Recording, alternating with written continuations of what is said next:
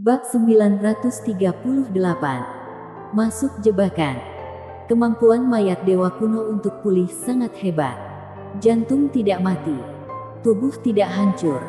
Walaupun tulang remuk menjadi bubuk, tetap dapat terakit kembali dengan cepat.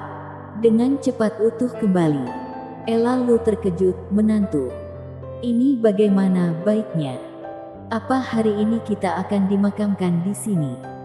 Bukankah kamu sudah memiliki persiapan mental? Louis Lu menatap Ella Lu dalam-dalam, berkata sambil tersenyum. Ekspresi Ella Lu membeku, memang memiliki persiapan mental. Tapi kedatanganku membuatmu kembali melihat harapan bertahan hidup, bukan? Louis Lu melanjutkan ucapan Ella Lu. Bicara untuknya. Ella Lu tidak tahu apa maksud Louis Lu. Menghela nafas berkata, akhir yang sudah ditentukan dari awal. Sebenarnya kita bisa mati bersama sudah termasuk hasil yang terbaik. Sambil bicara, Ella Lu melirik Cela Wang di belakangnya. Tatapannya penuh dengan rasa cinta dan sayang. Louis Lu mengangguk berkata, ini sangat baik. Tapi sangat sayang. Aku akan mengecewakanmu. Apa maksudmu? Ella Lu tertegun sejenak. Louis Lu tersenyum menyeringai berkata, ibu mertua begitu menghargaiku. Jika aku tidak bersikap dengan baik, bagaimanapun juga tidak enak. Selesai bicara, Louis Lu berubah menjadi bayangan dan keluar dari gua es. Kebetulan bertemu dengan Harry yang sedang meraung. Ah, Raja Tianxia, cepat pergi ke neraka. Mayat dewa menyerbu maju. Cari mati. Ekspresi Louis Lu tenang. Tiba-tiba menutup mata. Kekuatan jiwa dewa yang besar dan tak terbatas mengalir deras keluar seperti banjir. Boom. Jiwa dewa mengabaikan semua kekuatan material.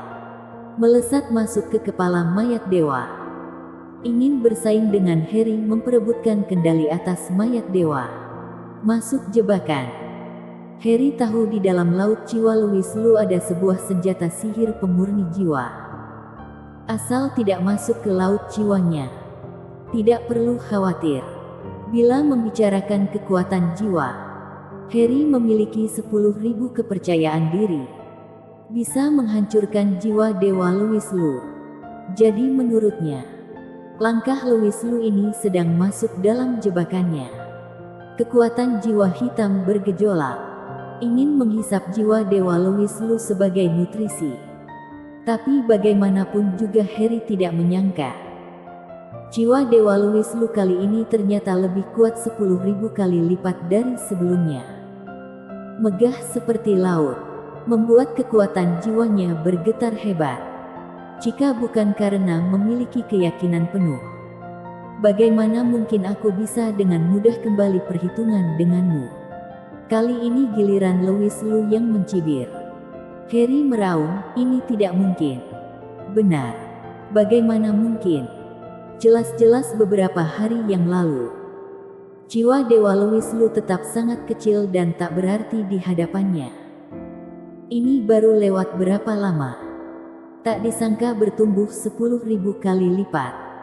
Bahkan walaupun Louis Lu memiliki senjata sihir pemurnian jiwa, juga tidak mungkin membuatnya menemukan jiwa semegah ini untuk dimurnikan dalam waktu sesingkat ini. Terkejut tidak, tercengang tidak. Saat ini, sosok Kak Naga berwarna darah juga muncul di benak mayat dewa. Berkata dengan gembira di atas kesulitannya. Tubuh Harry gemetar, keluarga naga darah. Kamu yang memberi jiwa dewa pada bocah ini. Kenapa membantu manusia yang seperti semut ini? Apa urusannya denganmu? Aku ingin membantu siapa maka membantu siapa. Tidak perlu kamu ikut campur, kata Kak Naga dengan sedikit arogan. Raja Tianxia, kita bisa bernegosiasi lagi. Jika kamu mengampuni aku, nanti aku bisa menjadi asistenmu. Harry tiba-tiba merubah sikapnya. Berkata pada Louis Lu. Louis Lu tersenyum berkata, untuk apa aku membutuhkan asisten? Dengan kemampuanmu, Cukup menjadi penguasa manusia-manusia ini. Aku bisa membantumu mengelola mereka. Maaf, aku tidak perlu. Louis Lu menolak dengan sangat tegas. Selanjutnya berkata dengan mengejek, bukankah berkata ras hantu kalian tidak takut mati? Kenapa aku merasa kamu tidak sebanding dengan Keng Zihun? Bagaimana mungkin aku dengan peran kecil seperti itu? Harry awalnya ingin berkata arti keberadaan peran kecil seperti itu adalah demi menjadi makanan nutrisi untuk ras hantu kuat lainnya. Di ras hantu, sangat normal untuk yang kuat menelan yang lemah. Itu juga satu cara utama untuk mereka menjadi kuat. Harry bisa memiliki kekuatan jiwa sekuat sekarang. Tidak tahu sudah menelan berapa banyak hantu. Sekarang sudah hampir berhasil. Belum sempat menikmati perasaan memperbudak manusia. Sudah bertemu dengan Raja Tianxia, si pembawa sial ini. Bagaimana mungkin Harry bersedia mati seperti ini? Aku tidak percaya padamu. Louis Lu perlahan bicara, memutuskan harapan Harry. Harry mengeluarkan ekspresi bengis berkata, Raja Tianxia, apa kamu harus begitu kejam? Kamu yang mencari masalah sendiri. Baik, ayo bertarung sampai mati. Harry mengumpulkan semua kekuatan jiwa, bersiap menyerang sebelum mati. Namun detik berikutnya, kabur keluar dengan panik. Aku tahu kamu akan melakukan trik ini. Membiarkanmu kabur sekali adalah kecerobohanku. Bila membiarkanmu kabur kedua kalinya, maka aku adalah orang tidak berguna. Di sekitar pikiran mayat dewa sudah dari tadi dipasang jaring raksasa jiwa dewa oleh Louis Lu. Saat Harry menunjukkan tanda melarikan diri, jaring raksasa itu langsung menyusut Raja Tianxia. Plak. Jalan kabur Harry terputus. Hanya bisa mencoba bernegosiasi lagi dengan Louis Lu. Namun kali ini dia baru bicara. Kesadarannya sudah dipadamkan oleh tangan besar jiwa dewa. Suara Harry tiba-tiba berhenti. Setelah kesadarannya menghilang, kekuatan jiwa yang melayang itu seketika masuk dalam keadaan tanpa pemilik. Kehilangan sifat agresif. Louis Lu berkata, Kak Naga, kamu hisap ini. Anggap kompensasi pertamaku untukmu.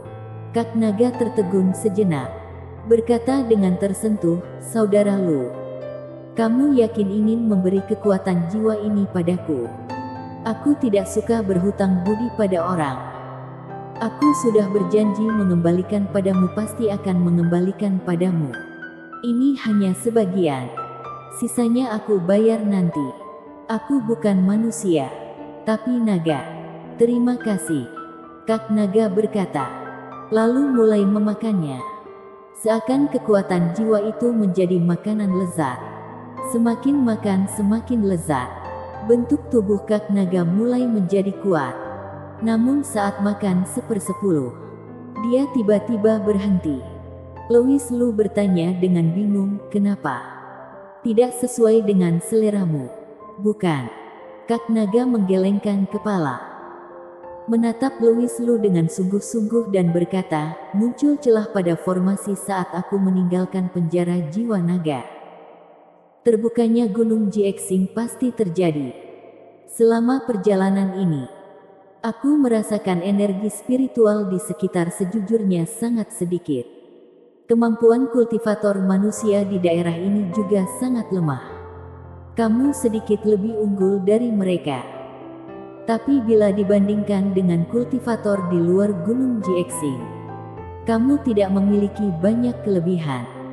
Untungnya kamu memiliki jiwa dewa. Bisa dijadikan sebuah alat membunuh. Jadi kekuatan jiwa sisanya ini, kamu telan sendiri saja. Semakin kuat jiwa dewa semakin baik. Tunggu setelah Gunung Jiexing terbuka. Kamu juga bisa memiliki kemampuan bertarung dengan kultivator di luar. Mendengar Kak Naga bicara seperti ini, terasa aliran hangat di hati Louis Lu. Tapi tetap bertanya, apa kamu tidak buru-buru pulih lebih awal? Meninggalkan laut jiwaku lebih awal? Tidak buru-buru, karena memilih bersamamu.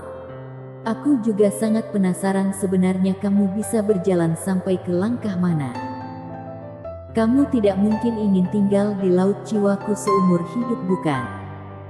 Louis Lu tiba-tiba berkata. Kak Naga terkekeh, bukannya tidak bisa.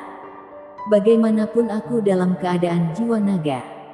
Mungkin aku masih hidup saat umurmu habis. Bersambung.